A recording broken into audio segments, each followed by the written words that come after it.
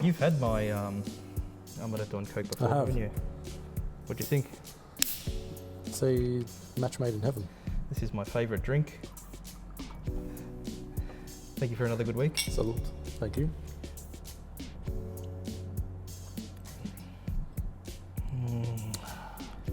It's a grown-up version of vanilla Coke.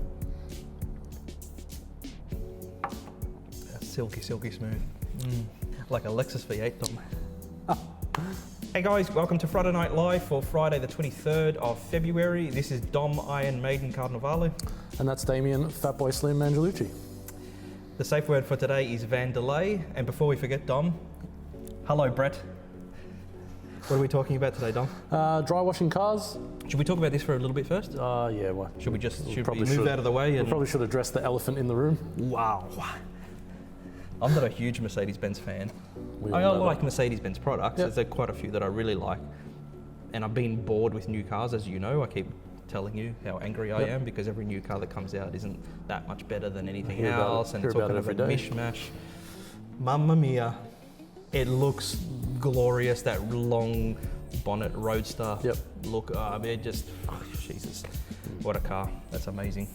We're going to talk about dry washing cars first. Yep. I haven't heard about this since water restrictions, 2007. Yeah, 2008. A while ago. It's all of a sudden a lot of customers started asking me questions about dry washing cars because it's convenient, or they've got an apartment without access they live to in an a hose. apartment. They don't have a nice area where they can go out and wash the car properly. Yep.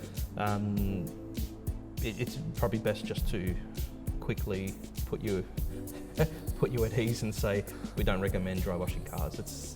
It's not good. If you can avoid it in any way, if you love your car, if you've got something even remotely close to something you love, don't dry wash it. Even if you've got those dry wash products, they don't work. I've tried everything, and actually, sorry, they do work. And in a pinch, if you absolutely have to, we used to dry wash cars for BMW and Mercedes when we'd go for a hike out into God knows where, and there was no water source in sight. I'd still bring a bucket of water, but when that bucket of water ran out, then we would dry wash a car, and it did so much damage. I mean, we just had to get it clean, so it had to be clean for the press to take photos or whatever, for whatever reason. But you could immediately see the damage, and if it was a dry wash type of product that filled everything, when we got it back to HQ and washed it, then you saw that damaged, and it was huge. So if you can avoid dry washing, avoid it completely. I haven't got any tips for you because we just don't recommend it. If you can do a low water wash, it's better. So you can take a bucket of water with you someplace, or bring a bucket of water downstairs to your car spot and at least wash the car with a lot of water. Maybe go to a coin-operated car wash and get the bulk of the debris off and then bring it back home. I mean, I don't know why you wouldn't just wash it at the car wash if you're gonna bring it there, but if you can't stay there because the car wash is busy and you have to be done, you can't just sit there doing something by hand because you've got people waiting for you. You can bring it back home and then do a low water wash and it won't be so bad. Is there a bit of a misconception with some people thinking that our product is intended to use as a dry wash because you spray the product directly onto the wash mat? Maybe that's why they're asking. Maybe. So no, the FI process, because it doesn't use any buckets, doesn't mean that it's intended to be used without dry. water. So no, we still recommend using water for lubrication. We still recommend using water to remove the bulk of the debris beforehand.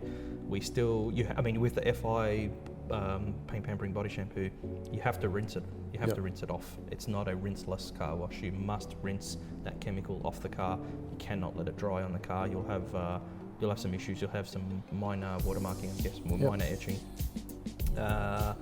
And the chemicals drying on the rubbers is probably the worst part, actually. You can fix the paint, but you can't fix the damage done to the rubbers, which is why we don't recommend foam. Again, people still listen to what we have to say, take that, absorb that science, and then just go, but I'll do it anyway. Or I'll do what final inspections say, but I'll just chuck a foam step in there because it makes it better. It makes it worse. It doesn't help you in any way, shape or form. It does nothing adding foam to our recommended wash process. Let's just stop with the foam already. It's useless. Anyway, back to FI's Paint Pampering Body Shampoo. It's designed, like you said, to be rinsed off, rinsed away. The thing is, because we don't use buckets, you're actually not using that much water, and our system's designed to be quick. So I've done it at those coin-operated car washes so many times with $2 and 5 minutes. Especially if the car's not too dirty, literally 5 minutes. If it's in good condition, you've used FI products like your spray wax or something like that, and it's in pretty good nick, and then you can get the debris off it quickly. It takes 5 minutes to do. Absolutely worth doing. Our next question was leather cleaning and feeding intervals. So I don't know why, but lately they come in bunches, these questions. They like a whole bunch of people. We've been selling more leather products, haven't we, lately? As of late, the last month. They've come up a little bit. Whatever, is it summer? I don't know. Anyway, a lot of questions about when to feed the leather. You feed leather monthly, regardless of how much or how little you use the car. Every month you should put hydration back into your leather. And it doesn't matter what it is. It's a car seat, it's a sofa, handbag. I'm not going to judge it, Dom. You should feed it once a month. So for me, I clean my driver's seat not often enough, but maybe every 6 months. That's not often enough because I get in it straight from work without cleaning my work clothes. So I should probably jump into some clean clothes before I get into the car, and then clean the seats more often than I should, or use a cover or something like that. But yeah, every 6 months I clean the driver's seat, every once a year for the passenger seat, and the rear seat, because I don't really have proper kids yet. I've got one, and she's not allowed to clean it. She's not allowed to eat in the car. I'm guessing when the other one comes, which will be tomorrow. Maybe. And I have 2 kids and they're eating in the car. It's going to be different. I'll be cleaning the rear seat every month. Parents with kids that are of age that would eat in the car, you know that the back seat gets dirtier than the front seat. But my point is, you clean the seats when necessary, but feed them once a month. Every month, feed. Takes 5 minutes to do. Costs a couple of bucks in feed. Buy a bottle of feed and it does around about 12 applications depending on the car. So it's $35 for a bottle of feed. I believe so. Whatever it is, we've got 10% off. We've got feed 10 for 10% off leather feed, and leather 10 for 10% off the leather kit. So go on to finalinspection.com.au and use either feed 10 or leather 10 to get 10% off either a leather feed or a leather kit. More questions. Frank messaged us on Facebook. He had some questions about OPR pads, that's orange peel reduction pads. He wanted to know the difference between, if I remember the message correctly, he wanted to know the difference between an OPR pad and a wet sanding method. And there's a huge difference. So all the OPR pads are designed to reduce peel, and wet sanding really just kills peel. It's in a win-one hit. And peel is hills and valleys. Then you've got your hill and then you've got your valley, and that's how you get orange peel texture. And by the way, orange peel texture is not a side effect. It's not an issue with paint. If you've got orange peel in your paint, it's not an issue. Every manufacturer can dial in and out as much orange peel as they like, and they leave orange peel in there. Generally, they leave they give the paint a certain type of texture. They've got their own characteristics, and some paint's flatter than others. So my LS Lexus has super flat paint, which I like. That has kind of loose peel, and then some cars will have really ugly tight peel, which I think that is a side effect. That is because they're trying to paint the car as cheaply as possible. But most manufacturers have the ability to dial in and out as much peel as they like. Actually, I should mention the LS is wet sanded by hand every single car. Did you know that? Every single car. Have I told you 3 or 4 or 40 times? I'd probably say I've heard this maybe every day since I started working now. And how great Lexus is.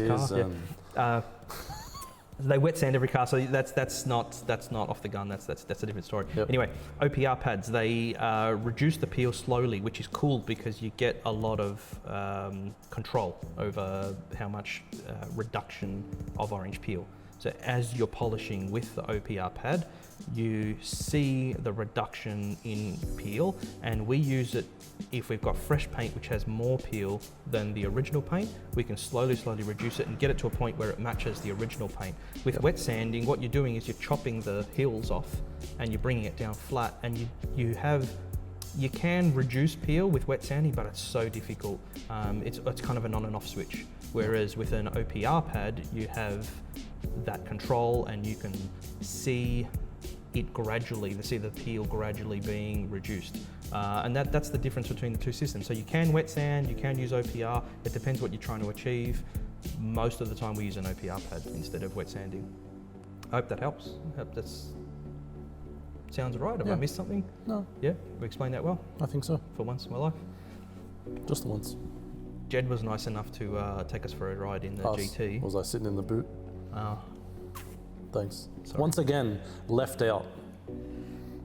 I'm back, by the way. Dom's back. I was allowed to be in this video. Behave yourself. Sorry. You'll never be in another one again. So Jed took us for a drive in the GT. Yep. And we got to mic it up, and at the end of this video you can hear that in its full V8 awesomeness. Sorry. Yeah, I think that's the selling point of the car. I mean, it looks fantastic. Yeah. And I'm sure that if I was driving it, it would handle and feel nice, but that... It's got that deep, angry... Yeah, it's angry. Yeah. That's the best way to describe it. Yeah. It sounds... It's like the world is about to end. It sounds upset. Yeah. Yeah. Very, very nice. Thank you, Mr. Jed, again. Thank you very, very much. We always appreciate when he stops by. Yeah. That's it for Friday, the 23rd of February. We'll see you in a month, Dom. Yeah. See you then. See you guys. Say hi to your mum for me. Not for me, though.